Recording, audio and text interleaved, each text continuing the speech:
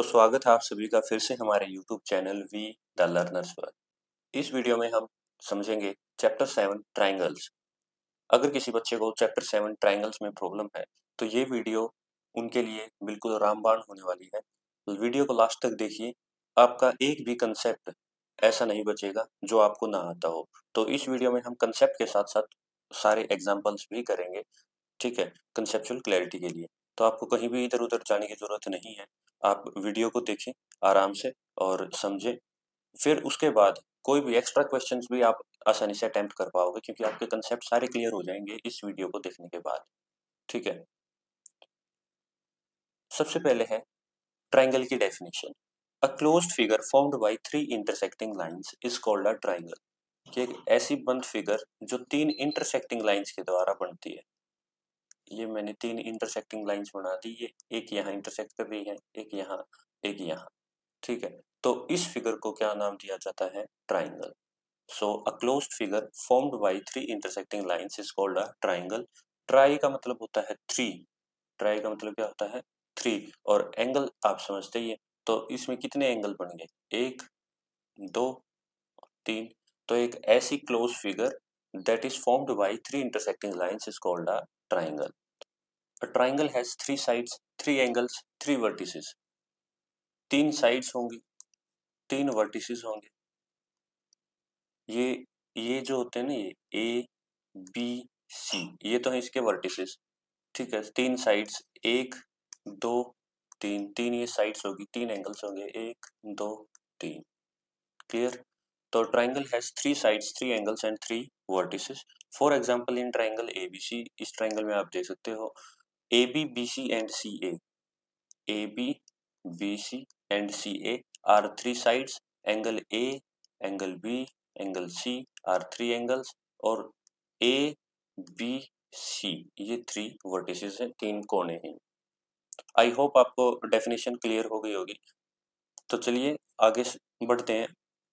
Congruence of triangles, triangles के congruence के बारे में।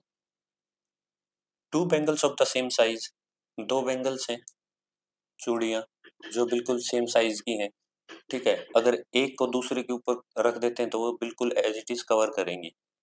On placing a ₹1 coin on another, ₹1 का कॉइन है, अगर उसको दूसरे के कॉइन के ऊपर रखें वो भी ₹1 कॉइन है। Minted in the same year, जो एक ही साल में ₹1 के दो सिक्के हैं, वो भी एज इट इज एक दूसरे को कंप्लीटली कवर करेंगे। तो इस टाइप की जितनी भी फिगर्स हैं उनको हम बोलेंगे कॉन्ग्रुएंट फिगर्स। क्या बोलेंगे उनको? Congruent figures. कॉन्ग्रुएंट का मतलब होता है इक्वल इन ऑल रिस्पेक्ट्स, हर तरीके से इक्वल हो जो चीज, तो उसको हम क्या बोलते हैं? Congruent. Figures whose shapes sizes are both the same, shape भी सेम है, साइज भी सेम है, ठीक है, बिल्कुल एज इट इज है जो दूसरी फिगर के, तो उनको हम क्या बोलेंगे? कॉन्ग्रुएंट। क्लियर? अब वो कॉन्ग्रुएंट सर्कल्स हो सकते हैं, कॉन्ग्रुएंट स्क्वायर्स हो सकते हैं, या कॉन्ग्रुएंट बैंगल्स हो सकते हैं, फोटोग्राफ्स हो सकते हैं, एटीएम कार्ड्स हो सकते हैं। तो इतनी सारी चीजें हैं जहाँ पे कॉन्ग्रुएंसी हमें देखने को मिलती है। इस चैप्टर में हम सीखने वाले हैं कॉन्ग्रुएंस ऑफ ट्राइंगल्स की। अगर दो गिवन ट्राइंगल्स हैं तो वो किस तरीके से एक दूसरे से कॉन्ग्रुएंट हो सकते हैं। Clear? Draw to circles of the same radius and place one on the other. दो सर्कल्स सेम रेडियस के अगर आप ड्रॉ करोगे और फिर उनको एक दूसरे के ऊपर रखोगे तो वो एग्जैक्टली एक दूसरे को कवर करेंगे। क्लियर? तो वो भी क्या हो जाएंगे? Congruent. They cover each other completely and we call them as congruent circles. तो उनको हम बोलेंगे ये भी कॉन्ग्रुएंट सर्कल्स है। अब इसी एक्टिविटी को आप स्क्वायर्स के साथ रिपीट कर सकते हो जिनकी सेम साइड है। अगर सेम साइड स्क्वायर्स आप यूज कर रहे हो, मान लो स्क्वायर की ये साइड 5 गिवन है, तो इसका मतलब सारी साइड इसकी तो 5 होंगी, ठीक है। Square has all sides equal. और दूसरा भी आपने सेम स्क्वायर यूज किया है, तो जब आप एक स्क्वायर को दूसरे स्क्वायर पे पुट करेंगे तो ये एग्जैक्टली दूसरे को कवर कर लेगा, that means they are congruent. तो ऐसे स्क्वायर्स को हम क्या बोलेंगे कि ये कॉन्ग्रुएंट है, ठीक है। तो कॉन्ग्रुएंट का मतलब आपको अच्छे से आना चाहिए कि कॉन्ग्रुएंट का मतलब है इक्वल इन ऑल रिस्पेक्ट्स। ये चीज बिल्कुल याद रखें। कई बच्चे ऐसे होते हैं चैप्टर पूरा हो जाता है उनको यही नहीं पता कॉन्ग्रुएंट क्या होता है। तो कॉन्ग्रुएंट का मतलब है इक्वल इन ऑल रिस्पेक्ट्स, चाहे शेप की बात करें चाहे साइज की बात करें। अब मान लो ₹1 1 रुपए का सिक्का मैंने लिया जो 2009 में बना, और 1 रुपए का सिक्का मैंने लिया जो 2024 में बना, तो क्या वो कॉन्ग्रुएंट होंगे? नहीं होंगे। वो सिमिलर हो सकते हैं कि हाँ ये भी सर्कल और ये भी सर्कुलर शेप में है, वो सिमिलर हो सकते हैं, लेकिन अगर मैं 1 रुपए का सिक्का दोनों जो सेम ईयर में बने हैं, 1 रुपए का सिक्का मैंने कौन सा लिया जो 2009 में बना, और दूसरा भी कौन सा लिया जो 2009 में बना, तो वे बिल्कुल कॉन्ग्रुएंट हो जाएंगे क्योंकि उनकी शेप भी सेम होगा, उनका साइज भी सेम होगा। क्लियर? तो ऐस इस टाइप के फिगर्स को हम क्या बोलेंगे? कॉन्ग्रुएंट। और ये जो एक 2009 का ले लिया, एक 2024 का, तो ये दोनों सर्कल तो होंगे, ये सर्कुलर शेप तो होगी इनकी, ये सिमिलर हैं एक दूसरे के, ना कि कॉन्ग्रुएंट। इनको क्या बोलेंगे कि ये सिमिलर है, भाई एक जैसे शेप है इनकी, लेकिन साइज या और चीजें इक्वल नहीं है, इसीलिए ये कॉन्ग्रुएंट नहीं है। कॉन्ग्रुएंट का मतलब है बिल्कुल एग्जैक्ट कॉपी, बिल्कुल एग्जैक्ट हर चीज में। शेप की बात करें, साइज की बात करें, means in all respects if two things are congruent, चाहे वो सर्कल है, ट्राइंगल है, स्क्वायर है, if two things are congruent then those must be equal in all respects. Clear? तो चलिए अब बात करते हैं कि रियल लाइफ में कहाँ कहाँ, रियल लाइफ में आपने देख ही लिया। You may wonder why we are studying congruence, तो हम आप सोचेंगे कि हम कॉन्ग्रुएंस को पढ़ क्यों रहे हैं। अब कुछ एक एग्जांपल्स दिए गए हैं। The ice tray in your refrigerator, fridge में जो आइस ट्रे होती है आपने देखा होगा उसको, वो जो आइस ट्रे होगी उसके अंदर वो सारे बिल्कुल एक जैसी शेप की आइस क्यूब्स बनेंगे उसमें, उस ट्रे में एक जैसी बिल्कुल। क्यों बनती है वो एक जैसी? क्योंकि वे कॉन्ग्रुएंट है, उनकी शेप, अगर एक शेप को निकाल के दूसरी शेप पे रखोगे वो एक दूसरे को कंप्लीटली कवर करेंगे। ठीक है, तो उनकी शेप साइज बिल्कुल सेम है, इसलिए वो क्या है? कॉन्ग्रुएंट है। तो आइस ट्रे होगी, वो सारी जितनी भी आइस क्यूब्स बनाएंगे वो सारी कॉन्ग्रुएंट बनाएंगी। क्लियर? क्यों? क्योंकि जो मोल्ड उसके लिए आइस बनाने के लिए यूज हुआ है, वो सारे के सारे जितने ये मोल्ड्स हैं सारे के सारे क्या हैं? कॉन्ग्रुएंट है। ठीक है, एक तरीके का मोल्ड क्या होता है? ढांचा, कि ये जो शेप है सारी की सारी ये क्या होंगी? कॉन्ग्रुएंट। फिर जब भी आइडेंटिकल ऑब्जेक्ट्स आपको बनानी होती है तब कंसेप्ट यूज होता है कॉन्ग्रुएंस का। क्लियर? तो कॉन्ग्रुएंस हम क्यों पढ़ रहे हैं? जब भी हमें आइडेंटिकल ऑब्जेक्ट्स यानी कि बिल्कुल एक ऑब्जेक्ट की दूसरी कॉपी एग्जैक्ट क्रिएट करनी है तो हम तब कंसेप्ट पढ़ते हैं किसका? कॉन्ग्रुएंस का। क्लियर? जब भी हमें आइडेंटिकल ऑब्जेक्ट्स बनानी है तो वहां पे काम आता है कंसेप्ट ऑफ कॉन्ग्रुएंस। जैसे कि कई बार मान लो आपके पास कोई पेन है और उसमें आप रिफिल डालना चाहते हो और वो रिफिल किसी दूसरी कंपनी का है, तो वो उसमें फिट नहीं होगा। ठीक है, अगर वो रिफिल सेम साइज का नहीं है जो आपने रिमूव किया है तो वो उसमें फिट नहीं होगा। तो वो जो रिफिल चाहिए हमें वो सेम साइज का चाहिए, बिल्कुल उसी कंपनी का चाहिए, तो वो एग्जैक्टली फिट हो जाएगा। क्यों? क्योंकि वे दोनों रिफिल्स जो खत्म हो चुका है और जो नया रिफिल है अगर सेम कंपनी का होगा तो वो बिल्कुल आइडेंटिकल होंगे हर एस्पेक्ट में, शेप में, साइज में, मीन्स वे कॉन्ग्रुएंट होंगे। क्लियर? इसी प्रकार मान लो आपके पास गाड़ी है, मोबाइल है, या कोई भी गैजेट आप खरीदते हैं, उनके स्पेयर पार्ट्स अगर खराब हो जाते हैं या कोई एक्सेसरीज आप ले लाते हो, जैसे मोबाइल्स हैं, मोबाइल्स का कोई, मान लो आपके पास किसी कंपनी का मोबाइल है, अब वो उसका कोई पार्ट खराब हो गया है तो उसका एग्जैक्ट पार्ट कहाँ मिलेगा? जो उसी कंपनी ने बनाया है। ठीक है, और वो एग्जैक्ट पार्ट बनाने के लिए किस कंसेप्ट का यूज किया है कंपनी ने? कॉन्ग्रुएंस का। मान लो आपने भी जो है सैमसंग का फोन लिया है, ठीक है, कोई भी मॉडल ले सकते हो आप 1 2 3, और मैंने भी वही मॉडल लिया सैमसंग 1 2 3। अब कंपनी ये तो है नहीं कि सिर्फ एक ही मॉडल बनाएगी, है ना, वो कितनी सारी कॉपीज निकालती है एक ही चीज की और बिल्कुल सारे सिमिलर होंगे। अब ये तो होगा नहीं कि आपने जो 1 2 3 सैमसंग फोन लिया है वो अलग होगा और जो मैंने लिया है वो अलग होगा। अलग नहीं होंगे, वे बिल्कुल आइडेंटिकल होंगे शेप में, साइज में, हर चीज में। ठीक है, इसी प्रकार कार्स हैं, उनकी एक्सेसरीज या स्पेयर पार्ट्स, जिस कंपनी ने जो कार बनाई है उसने उस मॉडल की जितनी भी कार्स बनाई है वे सारी बिल्कुल शेप साइज में इक्वल होंगी, बिल्कुल शेप साइज में क्या होंगी? इक्वल होंगी। ऐसे ही जो तरह तरह के गैजेट्स आते हैं उनके स्पेयर पार्ट्स, एक्सेसरीज, हर चीज, हर जगह जो है आपको ये कंसेप्ट है कॉन्ग्रुएंस का ये देखने को मिलता है। तो रियल लाइफ में इसका ये यूज है। अब अगर हम बात करें, ये जो कुछ एक फिगर्स दी गई है, तो इसने कहा कि if the two refills are identical और congruent the new refill fits. अगर दोनों रिफिल आइडेंटिकल होंगे यानी कि जो खत्म हो चुका है और जो नया हम डाल रहे हैं, अगर दोनों आइडेंटिकल है यानी कि कॉन्ग्रुएंट है तो नया रिफिल आसानी से फिट हो जाएगा। अब इन स्क्वायर्स में देखिए, मान लो आपके पास ये फिगर दी गई है और मैं आपसे पूछूं कि इन तीनों में से बताओ भी कौन सा इसके कॉन्ग्रुएंट है, तो सेकंड क्या कॉन्ग्रुएंट है? नहीं। थर्ड नहीं। फोर्थ है इसके कॉन्ग्रुएंट, क्योंकि इसका जो शेप है या साइज है दोनों बिल्कुल सेम है, आइडेंटिकल है, इसलिए ये इसके कॉन्ग्रुएंट है। Two triangles are congruent. अब बात कर लेते हैं जो चैप्टर है, तो ये तो कंसेप्ट था भी कॉन्ग्रुएंसी का। कॉन्ग्रुएंसी हम क्यों पढ़ रहे हैं और कॉन्ग्रुएंट का मतलब क्या होता है, ठीक है, और कब हम दो चीजों को कॉन्ग्रुएंट बोल सकते हैं, तो ये तो था कंसेप्ट। अब जो चैप्टर में है, अब बात करेंगे हम कॉन्ग्रुएंस ऑफ ट्राइंगल्स। दो ट्राइंगल्स कॉन्ग्रुएंट कब होंगे? अगर साइड्स और एंगल्स ऑफ वन ट्राइंगल, एक ट्राइंगल की साइड्स या और एंगल्स इक्वल हैं कोरस्पॉन्डिंग साइड्स और angles of the other triangle, दूसरे ट्राइंगल की कोरस्पॉन्डिंग साइड्स और एंगल्स के साथ। कोरस्पॉन्डिंग का मतलब क्या होता है? मान लो ये आपके पास एक ट्राइंगल है, ठीक है, A B C P Q are.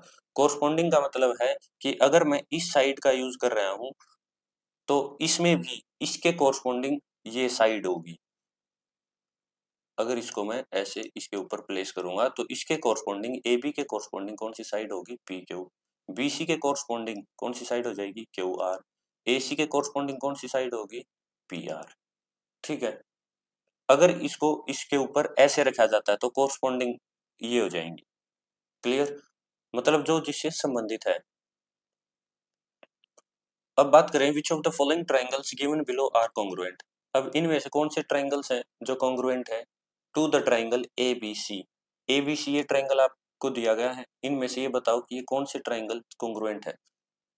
अब सबसे पहले तो हम साइड्स देख लेते हैं। 4 5 4.5, 4 5 4.5 साइड्स हर एक में सेम गिवन है, ठीक है। 4 5 4.5 इसमें 5 5 5 गिवन है, तो ये तो पहले से ही गलत हो गया भाई, ये तो कॉन्ग्रुएंट होगा नहीं। क्लियर?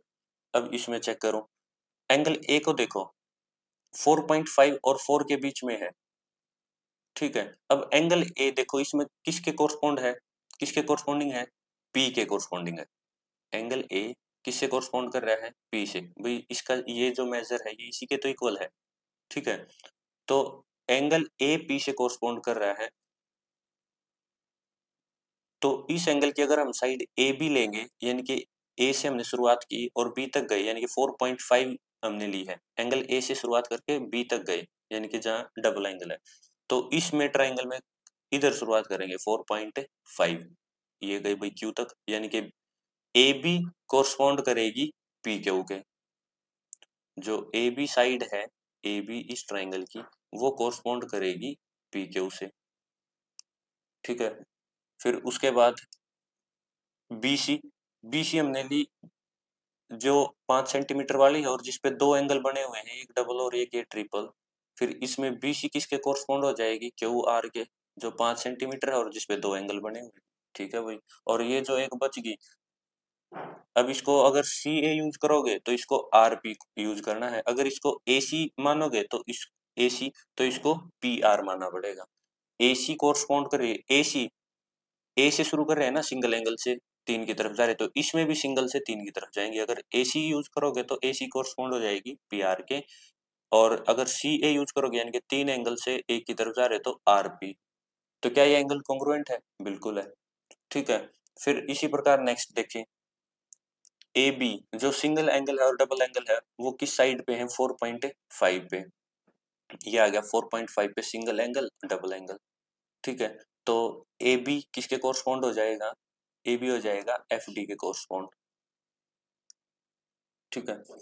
फिर डबल एंगल से हम गए ट्रिपल एंगल की तरफ और वो साइड थी 5, डबल एंगल से ट्रिपल एंगल की तरफ गए वो साइड थी 5, और ट्रिपल से जब ए की तरफ गए थे वो 4, तो ये भी कॉन्ग्रुएंट हो जाएगा। अब इस ट्राइंगल को देखें, सिंगल एंगल ये रहा, सिंगल से ट्रिपल की तरफ जाएंगे या डबल की तरफ जाए, मर्जी आपकी, किसी भी तरीके से कर सकते हैं। तो सिंगल से यहाँ तक गई, यानी कि एम एन कोरस्पॉन्ड करेगा ए सी के साथ, ए सी। फिर एन आर ट्रिपल से सेकंड की तरफ गए हैं, तो ट्रिपल से सेकंड की तरफ ये 5 सेंटीमीटर है भाई, 5 सेंटीमीटर है, ठीक है। तो सी बी कोरस्पॉन्ड करेगा एन आर को, और आर एम 4.5, तो बी ए के कोरस्पॉन्डिंग है। एंगल्स बिल्कुल एज इट इज सिमिलर है। तो हम देख पा रहे हैं कि angles, sides, corresponding angles, corresponding sides अगर सेम है तो इनकी शेप और साइज सेम है। इसकी वजह से ये तीनों ट्राइंगल्स क्या हो गए, गिवन फिगर के congruent. Clear? So second, third, fourth are congruent to triangle ABC, while triangle TSU ये ट्राइंगल कॉन्ग्रुएंट नहीं है। PQR is congruent to triangle ABC। अगर ट्राइंगल PQR कॉन्ग्रुएंट है किसी दूसरे ट्राइंगल ABC से, तो हम उसको ऐसे लिखते हैं PQR congruent to triangle ABC। ये सिंबल यूज होता है कॉन्ग्रुएंसी के लिए, ठीक है। इसका क्या मतलब है, congruent to, congruent to. When a triangle PQR is congruent to ABC, then sides of PQR fall on the corresponding equal sides of triangle ABC, and so is the case for angles। तो ये important चीज है, क्या बताया इसने कि अगर triangle PQR equal है ABC के, तो इसकी corresponding sides PQR की, अगर ट्राइंगल PQR congruent है ट्राइंगल ABC के, तो इसकी जो कोरस्पॉन्डिंग साइड्स होंगी वो फॉल करेंगी इसकी कोरस्पॉन्डिंग साइड्स पे, या equal sides of triangle ABC पे, ठीक है, जो जिससे कोरस्पॉन्ड करेगी। ऐसा ही एंगल्स में। क्लियर? यानी कि अगर इस एग्जांपल में हम बात करें P Q R A B C और पी क्यू आर, अब देखो इसको लिखने का तरीका ही आप चेक कर सकते हो। हम इस ट्राइंगल को आर क्यू पी लिखता, अगर इस ट्राइंगल को मैं ये लिख देता ट्राइंगल ए बी सी, इन दो ट्राइंगल्स को कंपेयर कर रहे हैं हम, फर्स्ट और सेकंड को। Triangle A B C congruent to triangle R Q P, या लिख देता क्यू आर पी, तो ये कॉन्ग्रुएंट ही नहीं होते, तो ये लिखना बिल्कुल गलत है। क्यों?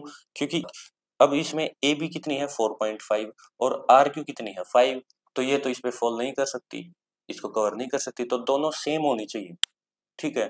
तो अगर ट्राइंगल ए बी सी लिखा जा रहा है, ए बी सी, और उसको हम कॉन्ग्रुएंट दिखाएंगे, तो इसमें ए बी साइड, ए से शुरुआत की हमने, ए पे है सिंगल एंगल, तो इसमें कहां से शुरुआत करेंगे, पी, क्योंकि इसमें पी पे है सिंगल एंगल, तो लिखेंगे पी। फिर ए बी, ए से बी हम गए सिंगल एंगल से डबल एंगल, 4.5 साइड हमने यूज की और सिंगल एंगल से डबल एंगल की तरफ गए, तो इसमें भी सिंगल से डबल की तरफ गए और 4.5 साइड हमने यूज की, तो फिर लिखा हमने पी क्यू और R. B C side check कर सकते हो 5 है, इसमें क्यू आर 5 है। बी सी में हम सेकंड एंगल से थर्ड एंगल की तरफ गए, क्यू आर में भी सेकंड से थर्ड की तरफ गए, तो ये लिखने का तरीका होता है कोरस्पॉन्डिंग एंगल्स को। अब इसमें अगर ध्यान से देखोगे आप, ये चीज आपको क्लियर हो जाएगी। पी क्यू कवर कर रहा है ए बी को, जो पी क्यू है ये साइड जो ये ब्लैक कलर से हाईलाइट की है, ये ए बी को कवर कर रही है, ये भी 4.5 है, ये भी 4.5। इस पे पी पे सिंगल एंगल फिर डबल, इसी प्रकार ए बी पे सिंगल एंगल और डबल।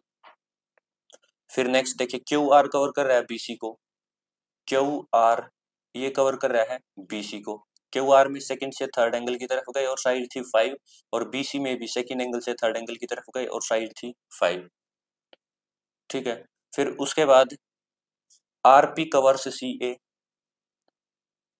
आरपी में थर्ड एंगल से फर्स्ट की तरफ गए और थर्ड एंगल से इसमें भी फर्स्ट की ओर गए। अब देखो यहाँ पे हम ये नहीं बोलेंगे कि RP A C, RP equal to A C, बच्चे यही गलती करते हैं, RP equal to A C नहीं बोलेंगे।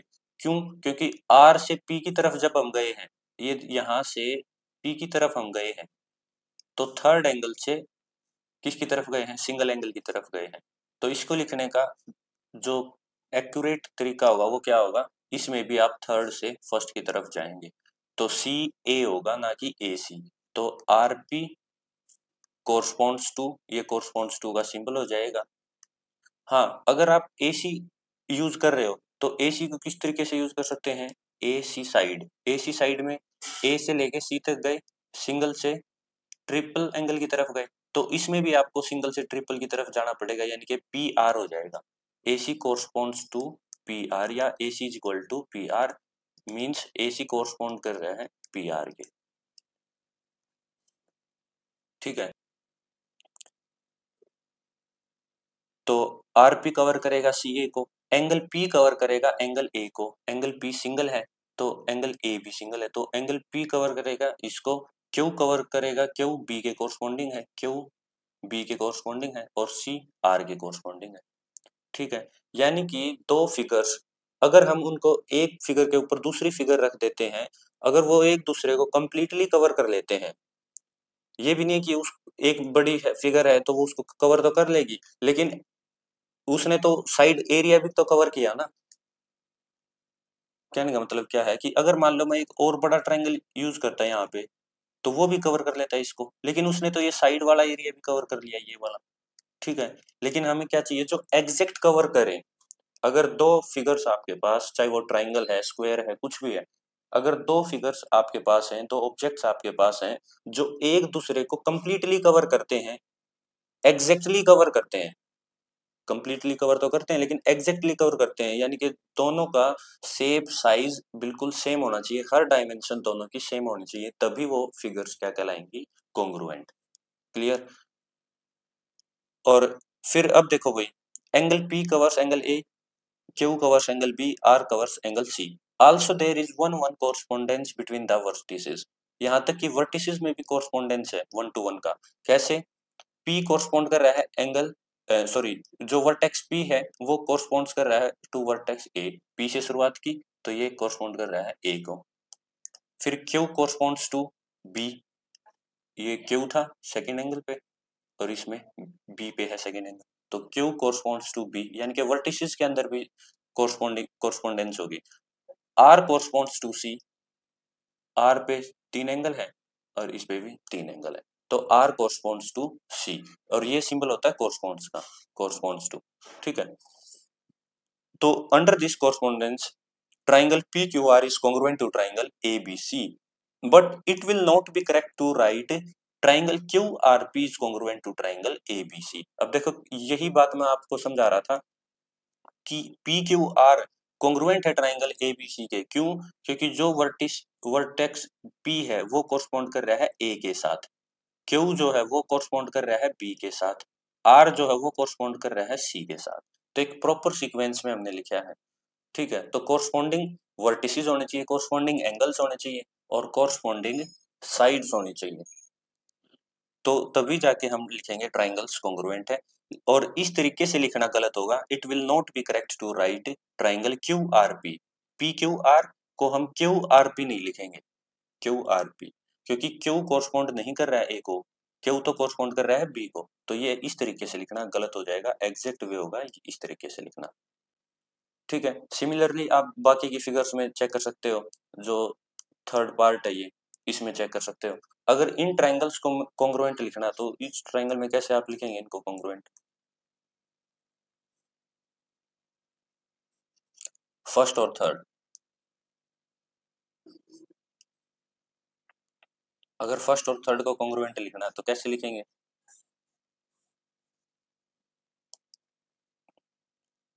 देखो, फर्स्ट और थर्ड में पहले तो वर्टेक्स सेम होनी चाहिए, एंगल ए, वर्टेक्स ए लिया हमने सिंगल एंगल, तो इसमें भी सिंगल एंगल यूज करेंगे ये। ठीक है, जरूरी नहीं है आप यहाँ से शुरुआत करें, आप कहीं से भी शुरुआत कर सकते हैं, वो कोई प्रॉब्लम नहीं है, लेकिन आपने जो इस जिस वर्टेक्स की, जिस साइड की, जिस एंगल की फर्स्ट ट्रायंगल में बात कर रहे हो, उसी के कोरस्पॉन्डिंग दूसरा एंगल, साइड या वर्टेक्स दूसरे ट्रायंगल में होना चाहिए। ठीक है, शुरुआत आप कहीं से भी कर सकते हो। मान लो ए से कर रहे हैं, ए पे सिंगल एंगल है, ठीक है, तो ट्रायंगल ए, फिर हमने यूज किया बी सी, यानी कि सिंगल, डबल और ट्रिपल, इस तरीके से यूज किया है, triangle A B C is congruent to triangle. अब ए जो वर्टेक्स है वो किसके कोरस्पॉन्डिंग है, जिसमें सिंगल एंगल बना है, ये हो गया भाई एफ। फिर उसके बाद बी पे डबल है तो इसमें देखें बी जो डबल एंगल वाला है ये क्या, तो इसमें बी के कोरस्पोंडिंग कौन सा है, डी। फिर सी पे ट्रिपल है तो इसमें ई है ट्रिपल वाला, तो एफ डी ई।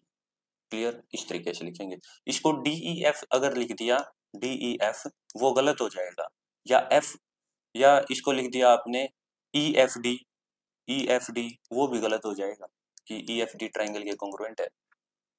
तो इवन वर्टेक्स का भी आपको ध्यान रखना है, साइड्स का भी आपको ध्यान रखना है, और एंगल्स भी सारे के सारे एक दूसरे के कोरस्पॉन्डिंग होने चाहिए।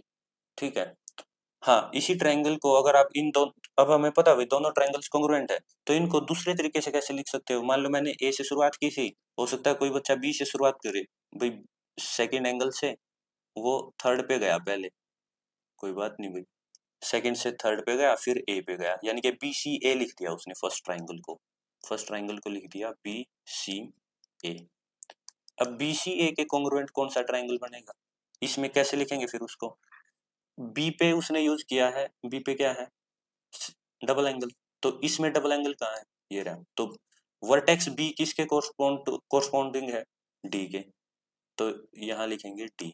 Vertex B corresponds to vertex D. फिर वो सी पे गया है थर्ड एंगल वाले पे, और ये बी सी साइड कितनी थी 5, तो वो भी 5 साइड यूज करेगा, और फिर वो थर्ड पे गया है, यानी कि यहाँ गया था सेकंड से थर्ड, तो यहाँ भी जाएगा सेकंड से थर्ड, तो डी के बाद क्या आएगा ई, फिर एक बच गया डी ई एफ। अब चेक कर सकते हो, जैसे इसमें ए कोरस्पॉन्ड कर रहा था, ए कोरस्पॉन्ड्स टू एफ, तो इसमें भी चेक कर लो वैसे, ए कोरस्पॉन्ड्स टू एफ। फिर ऊपर देखो बी कोरस्पॉन्ड्स टू डी, अब इसमें देख लो बी कोरस्पॉन्ड्स टू डी और सी कोरस्पॉन्ड्स टू ई, वही बात है, बिल्कुल दोनों में सेम है। ठीक है, अगर आप इसका ऑर्डर चेंज कर रहे हो तो इसका भी ऑर्डर चेंज होगा। जिस ऑर्डर में आप फर्स्ट ट्राइंगल को लिख रहे हो उसी ऑर्डर में सेकंड ट्राइंगल को लिखना पड़ेगा। कोरस्पॉन्डिंग एंगल्स, सबसे पहले तो कोरस्पॉन्डिंग वर्टिसेस होने चाहिए, कोरस्पॉन्डिंग एंगल्स और कोरस्पॉन्डिंग साइड्स, तीनों कोरस्पॉन्डिंग यूज करनी चाहिए आपको, तब उन ट्राइंगल्स को हम कॉन्ग्रुएंट बोलेंगे, और ये होता है एग्जैक्ट तरीका कॉन्ग्रुएंट ट्राइंगल्स को लिखने का। Clear? So it is necessary to write the correspondence of vertices correctly for writing of congruence of triangles in symbolic form। तो ये बेहद जरूरी है कि आप vertices के correspondence को correctly लिखें, तभी congruence of triangles symbolic form में correctly लिखा जाएगा। Congruent triangles corresponding parts are equal। अब ये भी इंपॉर्टेंट बात है, चैप्टर में हर बार सीपीसीटी होगा, और कई सारे बच्चे इतने कंफ्यूज हो जाते हैं इस चीज में, क्यों कंसेप्ट क्लियर नहीं होता। तो कुछ भी पार्ट्स अगर जहाँ पे उनको इक्वल शो करना है ना, साइड में लिखते हैं बाई सीपीसीटी, और कईयों को तो सीपीसीटी का ही नहीं पता। तो सीपीसीटी का मतलब है corresponding parts of congruent triangles. CPCT का मतलब क्या है, corresponding parts of congruent triangles are equal. अब इस तब से हम इसी बात पे तो जोर दे रहे हैं कि एक और कि जो ट्राइंगल के जो वर्टिसेस हैं वो एक दूसरे के कोरस्पॉन्डिंग होने चाहिए, साइड से एक दूसरे के कोरस्पॉन्डिंग होने चाहिए, तो प्रॉपर कोरस्पॉन्डेंस होना चाहिए वर्टिसेस का, साइड्स का, एंगल्स का। ठीक है, इसीलिए जो एक दूसरे के कोरस्पॉन्डेंस में है वे इक्वल होंगी, इसलिए बोला जाता है कि corresponding parts of congruent triangles are equal. ठीक है, criteria for congruence of triangles, क्या क्या क्राइटेरिया है जिससे ट्राइंगल्स कॉन्ग्रुएंट शो किए जाते हैं। 4 criteria for congruence of triangles, 4 criteria हैं, उनको हम सीखेंगे अभी। Draw 2 triangles with one side 3 centimetre, are these triangles congruent. 2 triangles draw करो जिसमें एक साइड 3 सेंटीमीटर हो, ये ड्रॉ कर दिया, इसमें ये 3 सेंटीमीटर है, इसमें ये 3, क्या ये दोनों कॉन्ग्रुएंट है, बिल्कुल नहीं। अब कह रहा है कि draw 2 triangles with one side 4 centimetre, one angle 50, एक 4 साइड यूज कर ली, एक 50, इसी प्रकार दूसरा, क्या ये ट्राइंगल्स कॉन्ग्रुएंट है, बिल्कुल नहीं। तो इसी एक्टिविटी को आप रिपीट करते जाएं मोर पेयर ऑफ ट्राइंगल्स के साथ, फिर आप ऑब्जर्व करेंगे कि equality of one pair of sides या one pair of sides and one pair of angles is not sufficient to give us congruent triangles. तो हमने क्या देखा कि सिर्फ अगर एक साइड इक्वल हो या एक एंगल और एक साइड इक्वल हो तो ये सफिशिएंट नहीं है ट्राइंगल्स को कॉन्ग्रुएंट बोलने के लिए। What would happen if the other pair of arms या sides of the equal angles are also equal? अगर जो दूसरी आर्म है या दूसरी साइड है इक्वल एंगल्स की वो भी इक्वल हो जाए तब क्या होगा? तब वो कॉन्ग्रुएंट हो जाएंगे। ठीक है। In figure 7.7 BC is equal to QR। BC is equal to QR। ये साइड B4 और ये साइड B4। ठीक है भाई, BC is equal to QR। Angle B is equal to angle Q। ये भी 50 है, ये भी 50 है। ठीक है। AB is equal to PQ। A से आए हम, ये ध्यान रखें, A से B की तरफ आए हैं। AB is equal to PQ। P से Q की तरफ गए। AB is equal to PQ। ये मत लिखना AP is equal to QP, क्योंकि A कोरस्पॉन्ड कर रहा है P की तरफ। ठीक है। A corresponds to vertex A corresponds to vertex P। अगर A से B की तरफ गए हैं तो इसमें जाएंगे P से Q की तरफ। B corresponds to vertex Q। तो ये भी सेम हो गया भाई, ये एंगल्स इक्वल होंगे या नहीं होंगे? AB is equal to PQ और AB 2 है और इसमें PQ 2 है। ये एंगल है, ये साइड है। तो इसमें ये तीन चीजें बता दी इसने कि एक तो ये साइड इस ट्राइंगल की इस साइड के इक्वल है। ठीक है भाई। फिर इस ट्राइंगल की ये साइड इस ट्राइंगल की इस साइड के इक्वल है। ठीक है भाई। अब जो एंगल है ना वो इन दोनों साइड्स के बीच वाला एंगल ही यूज किया है, 50 और 50। इस टाइप के एंगल को हम क्या बोलते हैं? जो दोनों साइड्स, जिन साइड्स का हम जिक्र कर रहे हैं उन साइड्स के बीच में जो एंगल है इसको बोलेंगे इंक्लूडेड एंगल। क्या बोलेंगे इसको? Included angle. ठीक है। तो इस ट्राइंगल की ये साइड इसके कॉन्ग्रुएंट है, ये साइड इसके कॉन्ग्रुएंट मतलब इक्वल है। तो और ये एंगल जो इंक्लूडेड एंगल है, हम सिर्फ एंगल नहीं बोलेंगे, इंक्लूडेड एंगल, ये इसके इक्वल है। तो दोनों ट्राइंगल्स क्या हो जाएंगे? कॉन्ग्रुएंट। क्या हो जाएंगे? कॉन्ग्रुएंट।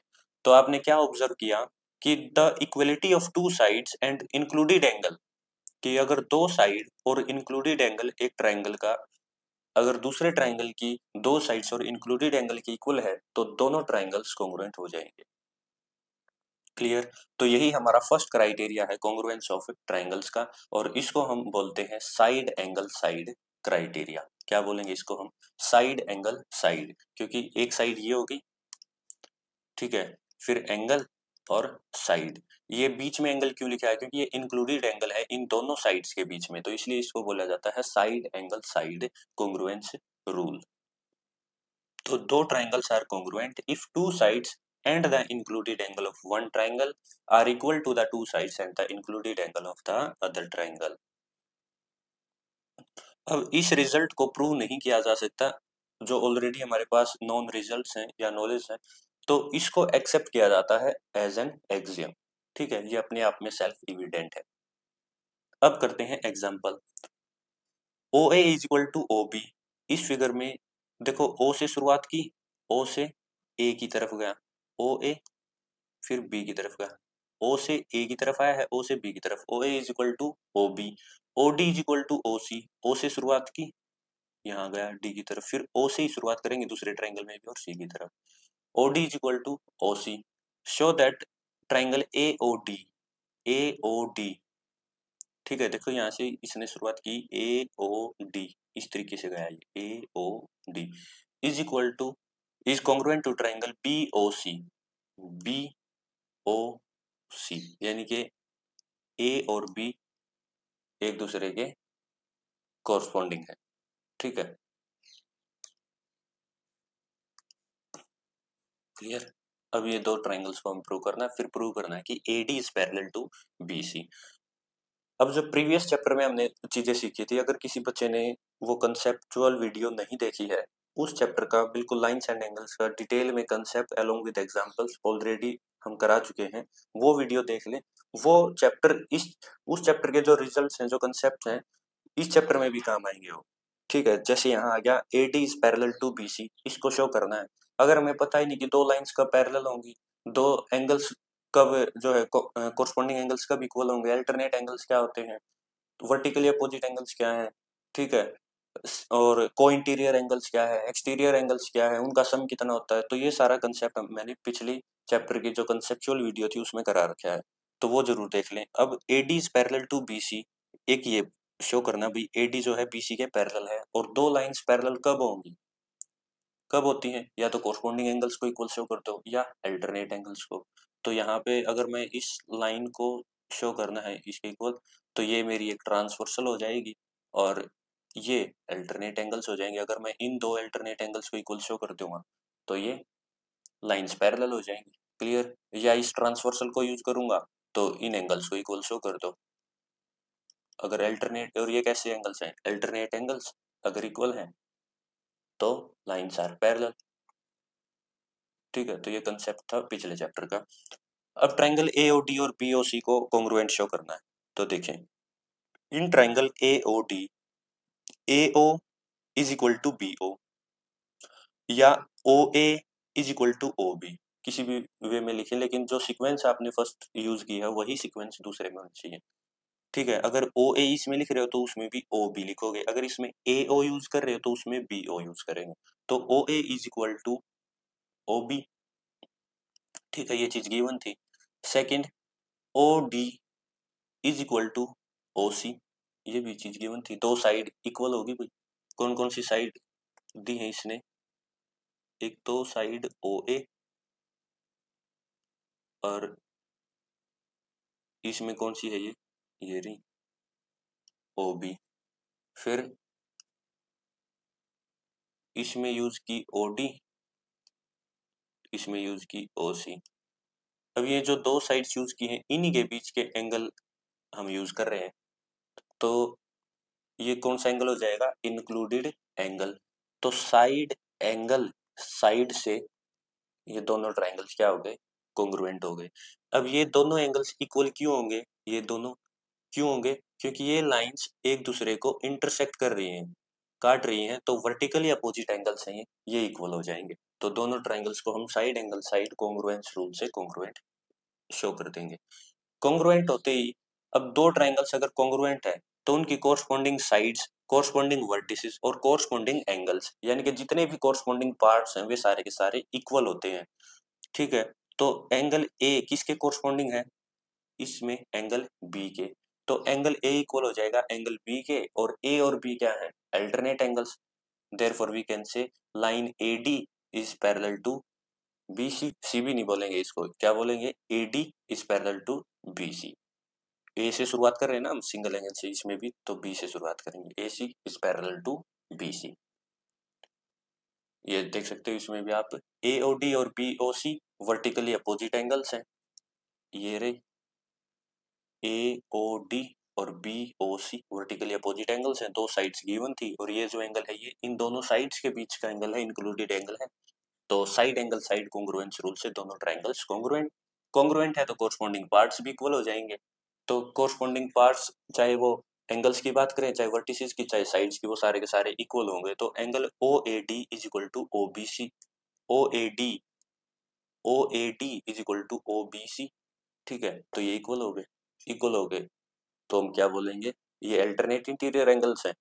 ठीक है, इसलिए AD is parallel to BC, क्योंकि अल्टरनेट इंटीरियर एंगल इक्वल है तो साइड्स पैरेलल होंगी। अब जरूरी नहीं है आप A और B को ही बताएं, कोरस्पॉन्डिंग पार्ट्स तो सारे इक्वल हैं, तो आप ये भी यूज कर सकते थे, ये और ये। इसको क्या बोलते फिर इस एंगल को, OCB और ODA।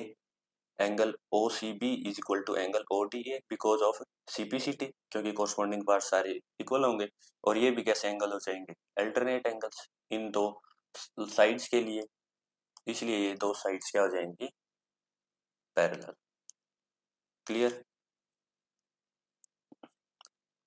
नेक्स्ट एग्जांपल देखें।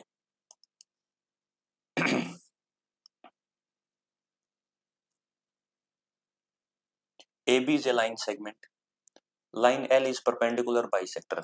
AB एक लाइन सेगमेंट है और लाइन L उसका परपेंडिकुलर बाइसेक्टर है।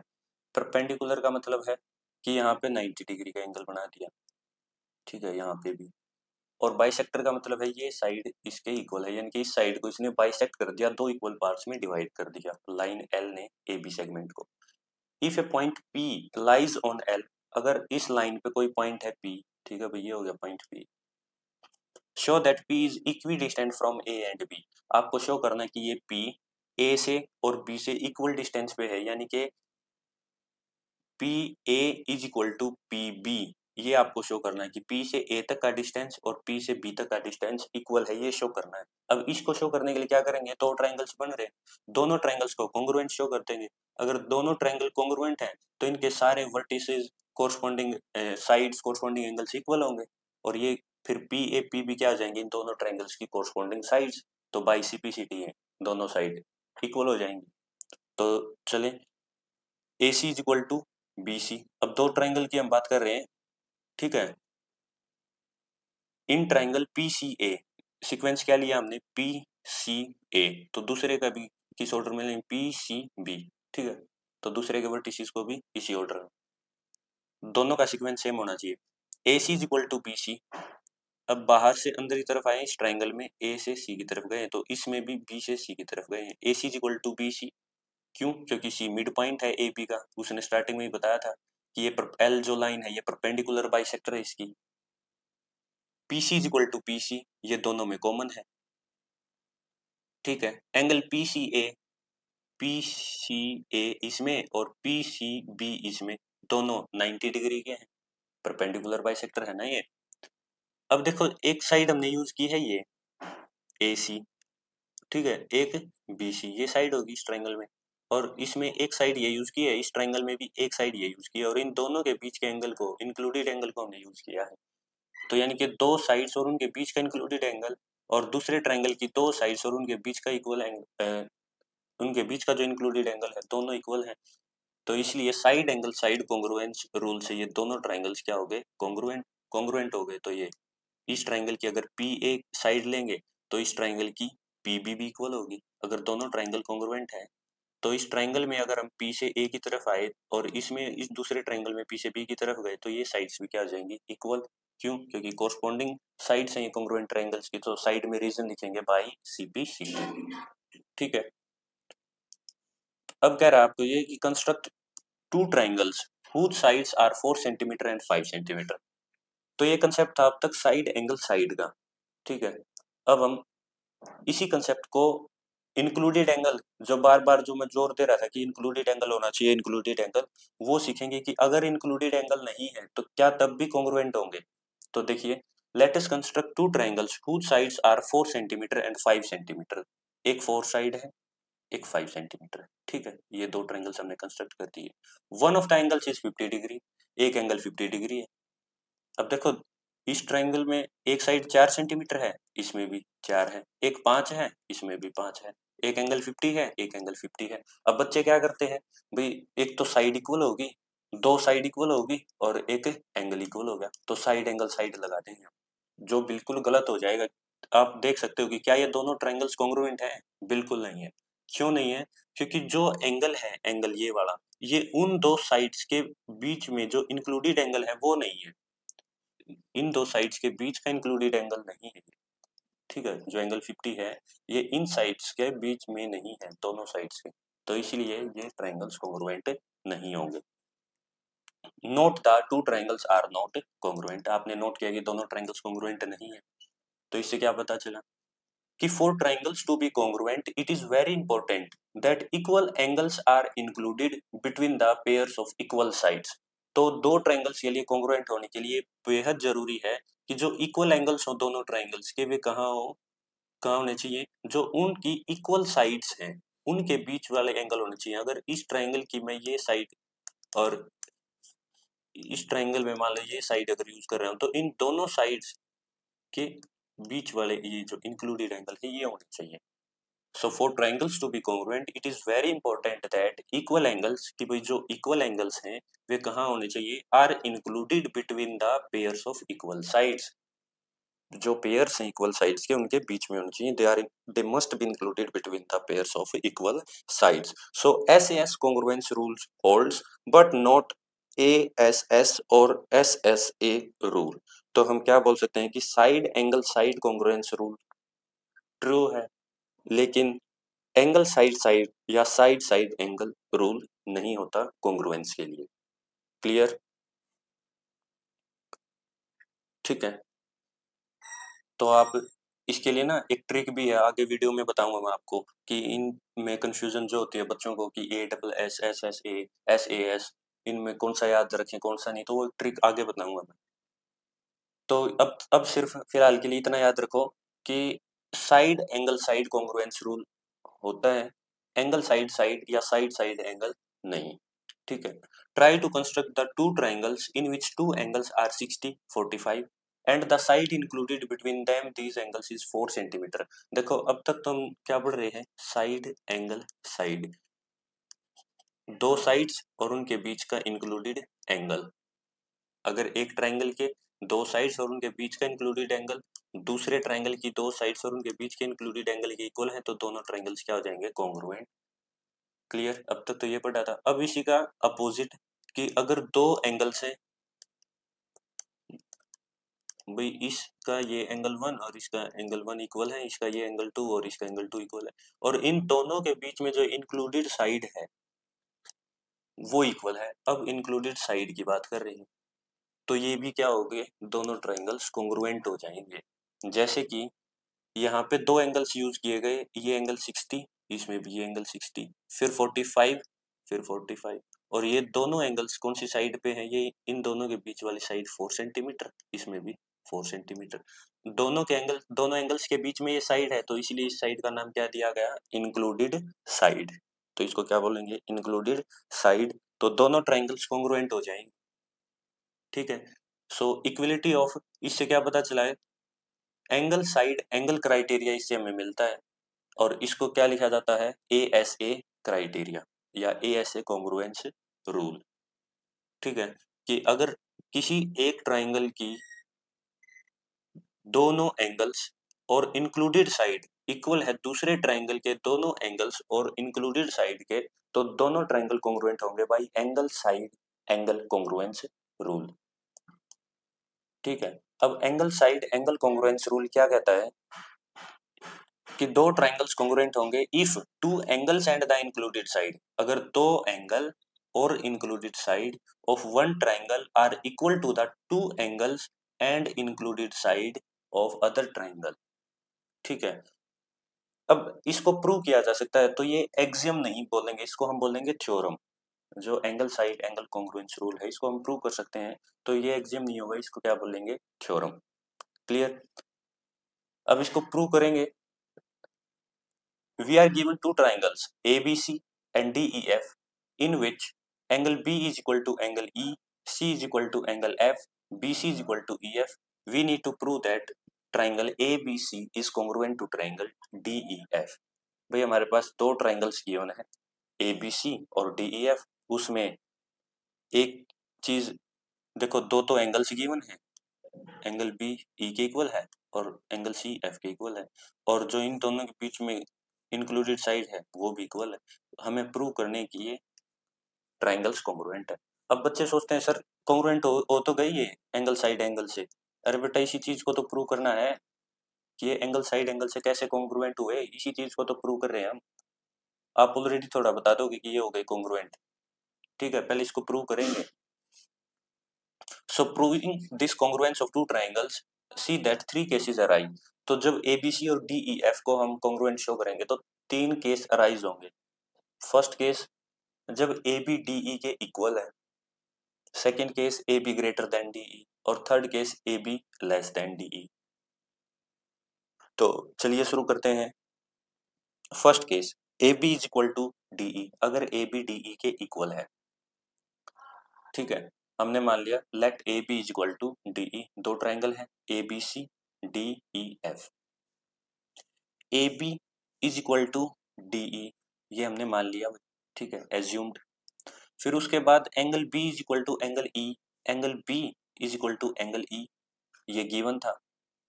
B C is equal to E F, B C is equal to E F, ये भी गिवन था। अब आप बोलोगे सर एंगल सी और एंगल एफ भी तो गिवन था। बेटा उसी चीज को तो प्रूव कर रहे हैं कि ये तीनों चीजें जरूरी हैं, एंगल साइड एंगल क्राइटेरिया को ही प्रूव कर रहे हैं, तो किन्हीं भी सिर्फ दो चीजों का यूज करेंगे और फिर बताएंगे कि वो जो थर्ड चीज है वो नेसेसरी है। ठीक है, किन्हीं भी दो चीजों का यूज करके हम प्रूव करेंगे इसको। तो इसमें हमने एक साइड को एज्यूम कर लिया, ठीक है, एक साइड ये ऑलरेडी गिवन थी और एक एंगल, तो इसमें से सिर्फ साइड और एंगल यूज करेंगे हम, एंगल नहीं यूज करेंगे, ये चीज तो हमें प्रूव करनी है। तो सिर्फ कहने का मतलब है एंगल साइड एंगल क्राइटेरिया हम प्रूव करेंगे with the help of side angle side criteria. तो इसमें से सिर्फ एंगल और साइड लेंगे हम, एक एंगल और एक साइड लेंगे, इसको प्रूव करेंगे इसकी सहायता से, साइड एंगल साइड की सहायता से ASA को प्रूव करना है।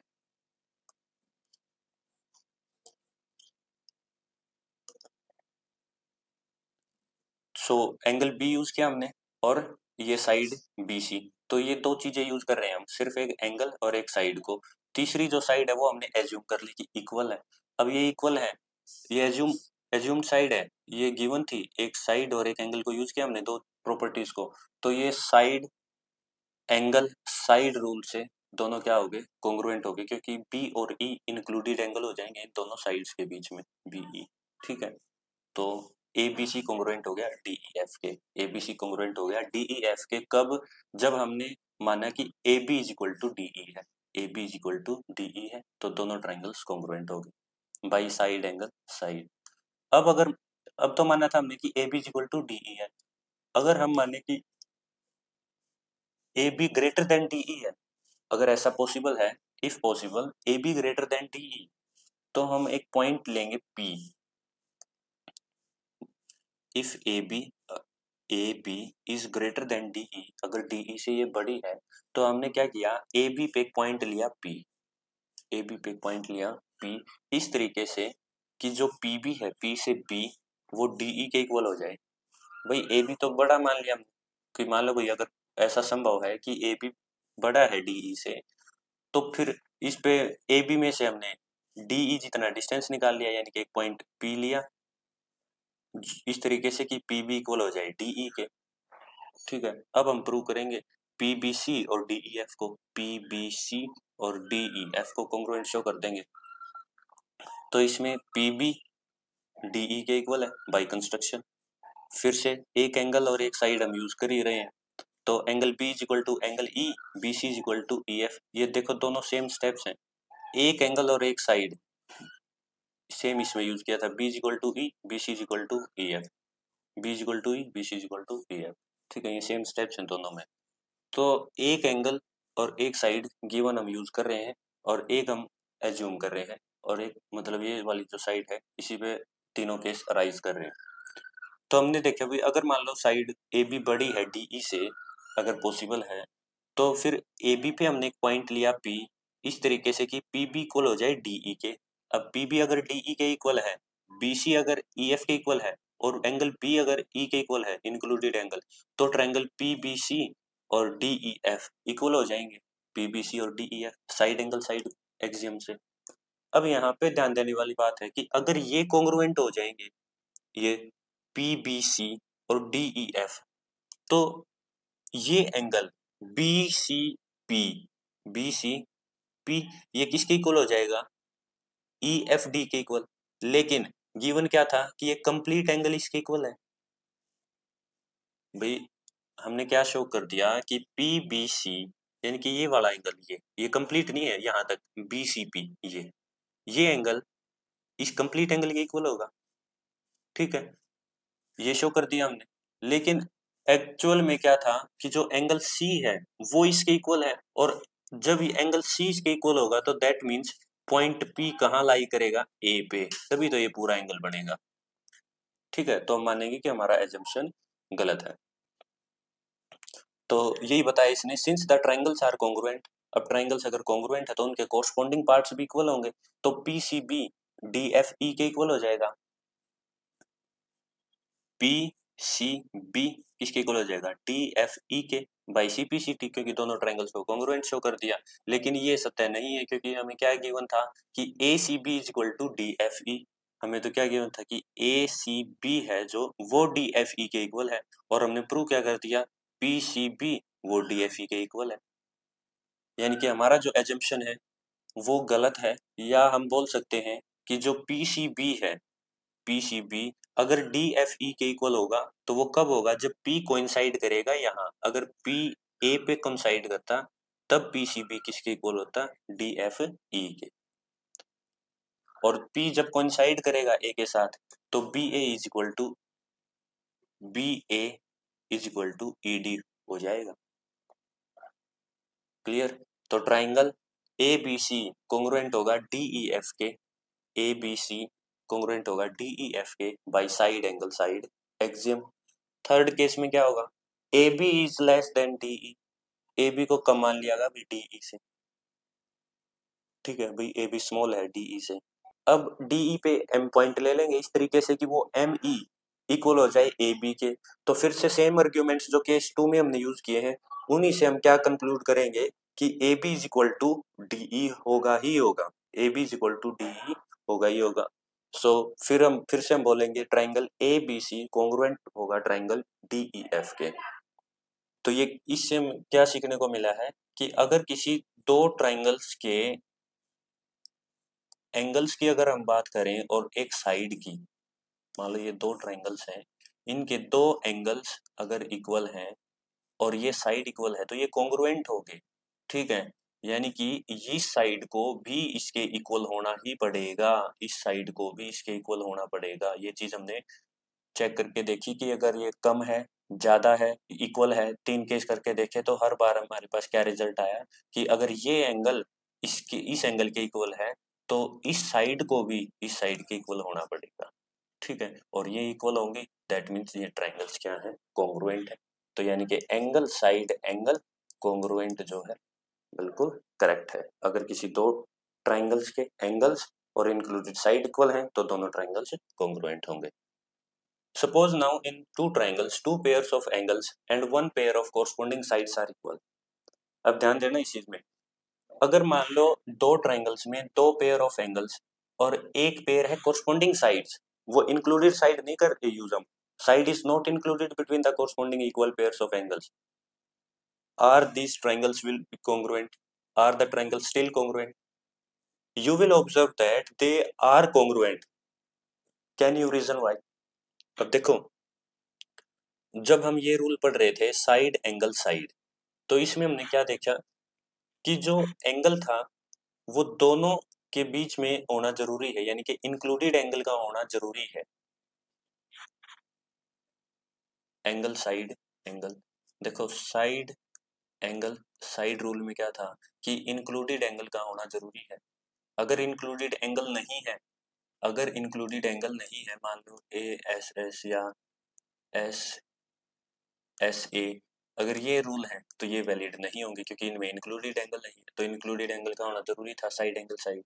फिर हमने पढ़ा एंगल साइड एंगल, भाई इंक्लूडेड साइड होनी चाहिए। अब हम चेक कर रहे हैं कि अगर इंक्लूडेड साइड नहीं है, इंक्लूडेड साइड नहीं है तो क्या तब भी ट्राइंगल्स कॉन्ग्रुएंट होंगे। मान लो एंगल एंगल साइड है तो क्या तब भी ट्राइंगल्स कॉन्ग्रुएंट होंगे, तो इस केस में बिल्कुल जो है ट्राइंगल्स कॉन्ग्रुएंट होंगे। तो दोनों में ये डिफरेंस याद रखें, ठीक है। तो एंगल एंगल साइड से दोनों ट्राइंगल्स कॉन्ग्रुएंट हो सकते हैं। और इस रूल का जो नाम है, हम क्या बोल सकते हैं इस रूल को, एंगल एंगल साइड। तो ये कह रहा है ये कि अगर दो ट्राइंगल्स है मान लो आपके पास और उसमें दो पेयर्स ऑफ एंगल्स और one pair of corresponding side equal हैं, लेकिन जो साइड है वो इंक्लूडेड नहीं है, तो क्या ट्राइंगल फिर भी कॉन्ग्रुएंट होंगे? Are the triangle still congruent? तो आप ऑब्जर्व करेंगे दे आर कॉन्ग्रुएंट। क्यों? क्योंकि sum of three angles of one triangle is 180 degree. तो दो पेयर ऑफ एंगल इक्वल है तो third pair of angle equal होगा। So the two triangles are congruent if any two pairs of angles and one pair of corresponding sides are equal। और इस rule को हम बोल सकते हैं एंगल एंगल साइड। अब इन एंगल एंगल साइड और एंगल साइड एंगल में क्या डिफरेंस है? एंगल एंगल साइड में इंक्लूडेड साइड कंपलसरी नहीं है, इंक्लूडेड साइड हो या ना हो पर मैटर नहीं पड़ता, इसमें इंक्लूडेड साइड का होना जरूरी है, ठीक है। रूल दोनों वैलिड है।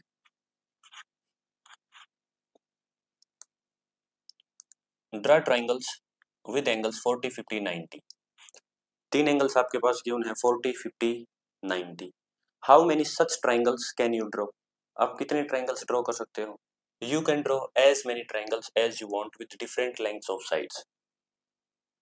अलग अलग लेंथ जो है यूज करके साइड्स की आप उतने एंगल्स ड्रॉ कर सकते हो। ठीक है,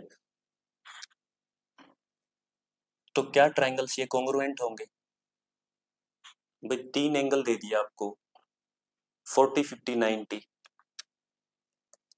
इसमें भी 40 50 90, इसमें भी 40 50 90, क्या ये दोनों ट्राइंगल्स कॉन्ग्रुएंट होंगे? अगर 3 एंगल एक ट्राइंगल के इक्वल है, तीनों एंगल दूसरे ट्राइंगल के, तो क्या दोनों ट्राइंगल्स कॉन्ग्रुएंट होंगे? नहीं होंगे। क्यों नहीं होंगे? क्योंकि साइड का होना जरूरी है। अब आप बोलो सर इसमें भी तो था कि 2 एंगल इक्वल हो गए तो थर्ड एंगल इक्वल होगा। इक्वल होगा, बिल्कुल होगा। इसमें तीनों एंगल्स के साथ जो angle angle side congruence rule था, इसमें देखो कि एंगल एंगल साइड में, एंगल एंगल साइड जो रूल था उसमें एक साइड भी है। भाई 2 एंगल इक्वल हो गए तो थर्ड एंगल तो ऑटोमेटिकली इक्वल होगा ही होगा। ठीक है, तो तीनों तो एंगल्स इक्वल हो गए, तीनों एंगल्स इक्वल होने के साथ साथ एक साइड भी इक्वल है उनकी, तब जाके ये रूल जो है चला था। हाँ, ये कंपलसरी नहीं है कि वो साइड इंक्लूडेड साइड है या नहीं है, ये मैटर नहीं करता, लेकिन साइड जरूर होनी चाहिए। But side but a side should be equal, लेकिन एक साइड जरूर होनी चाहिए तीनों एंगल्स के साथ साथ, तब जाके ये रूल वैलिड हुआ था, angle angle side congruence rule. ठीक है, अगर सिर्फ तीनों एंगल्स होते तो ट्राइंगल्स कॉन्ग्रुएंट ही नहीं होते। ये देखो यहाँ पे हमने ड्रॉ किए 40 50 90, इसमें भी 40 50 90, इसमें भी 40 50 90, इसमें भी 40 50 90, सिर्फ 3 एंगल्स हैं, तो तीनों एंगल्स के होने से साइड्स इक्वल नहीं हो सकती, क्योंकि साइड्स अलग अलग लेंथ की हम यूज कर सकते हैं, एंगल्स फिर भी इक्वल होंगे। तो तीनों एंगल्स के साथ साथ या बोल सकते हैं हम 2 एंगल्स या 3 एंगल्स, देखो 2 एंगल्स इक्वल है तो तीसरा एंगल तो डेफिनेटली इक्वल होगा ही होगा। तो 2 एंगल्स या 3 एंगल्स के साथ एक साइड का इक्वल होना जरूरी है, चाहे वो इंक्लूडेड साइड हो या इंक्लूडेड साइड ना हो। ठीक है, कोई भी कोरस्पॉन्डिंग पेयर ऑफ साइड्स होना जरूरी है, तभी जो है ट्राइंगल्स इक्वल होंगे। क्लियर? तो इसमें यही बताया है कि बट द ट्राइंगल्स मे और मे नॉट बी कॉन्ग्रुएंट, अगर तीनों एंगल्स इक्वल हैं, एक ट्राइंगल के तीनों एंगल दूसरे ट्राइंगल के तीनों एंगल्स के साथ इक्वल हैं, तो ट्राइंगल्स कॉन्ग्रुएंट हो भी सकते हैं, नहीं भी हो सकते। ठीक है, जैसे ये हो गया, नहीं हुए यहाँ पे, तो कॉन्ग्रुएंट होने के लिए one side must be equal in both the triangles, और वो वन साइड कैसी होनी चाहिए? Corresponding side. So one pair of corresponding sides, one pair of corresponding sides, one pair of corresponding sides, चाहे वो इंक्लूडेड हो या ना हो ये फर्क नहीं पड़ता, लेकिन एक pair of corresponding sides equal होना जरूरी है हर बार कॉन्ग्रुएंट होने के लिए। So to be congruent a pair of corresponding sides must be equal in both the triangles, सिर्फ तीनों एंगल्स के इक्वल होने से काम नहीं चलेगा। सो यही बात है, equality of three triangles is not sufficient for congruence of triangles. Therefore, for congruence of triangles, out of three equal parts, one has to be side. 3 equal parts का हम जिक्र करते हैं ट्राइंगल्स के कॉन्ग्रुएंसी के लिए, तो तीनों इक्वल पार्ट्स में से एक का साइड होना जरूरी है। आप ये नहीं बोल सकते कि तीनों एंगल एंगल एंगल होंगे, नहीं। हाँ, ये जरूर बोल सकते हैं आप, साइड साइड साइड। इसमें जो है तीनों एंगल्स हो गए तो ये रूल नहीं होगा, इसमें एक साइड मिलेगी ना हमें भाई, हालांकि हम तीनों साइड्स का यूज करें कोई बात नहीं, लेकिन एक साइड का कम होना जरूरी है, तो ये रूल जो है वैलिड हो जाएगा।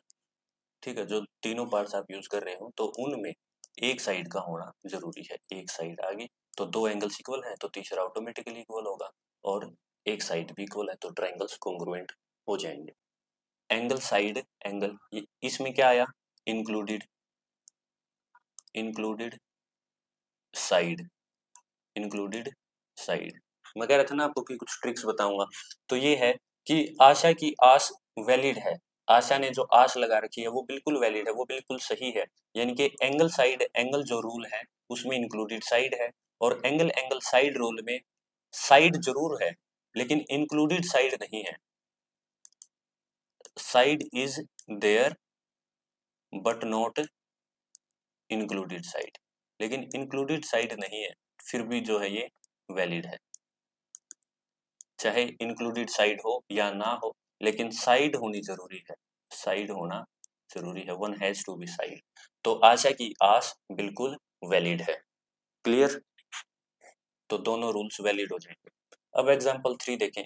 Line segment A B is parallel to another line segment C D, O is the midpoint of AD, show that AOB congruent to triangle DOC, O is also the midpoint of BC। तो इसने क्या बताया कि जो line segment AB है वो parallel है दूसरे लाइन सेगमेंट CD के, यानी कि ये जो A से B है ये पैरेलल है CD के। अगर दो लाइंस पैरेलल हैं और उनको किसी ट्रांसवर्सल के द्वारा काटा गया, मान लीजिए ट्रांसवर्सल होगी, तो इनके ये course alternate interior angles equal होंगे या नहीं होंगे? होंगे। तो ये एंगल इसके इक्वल हो गया, ठीक है, यही चीज हमने यूज की है। सो एंगल, अगर दो लाइंस पैरेलल हैं तो उनके अल्टरनेट एंगल्स इक्वल हो जाएंगे।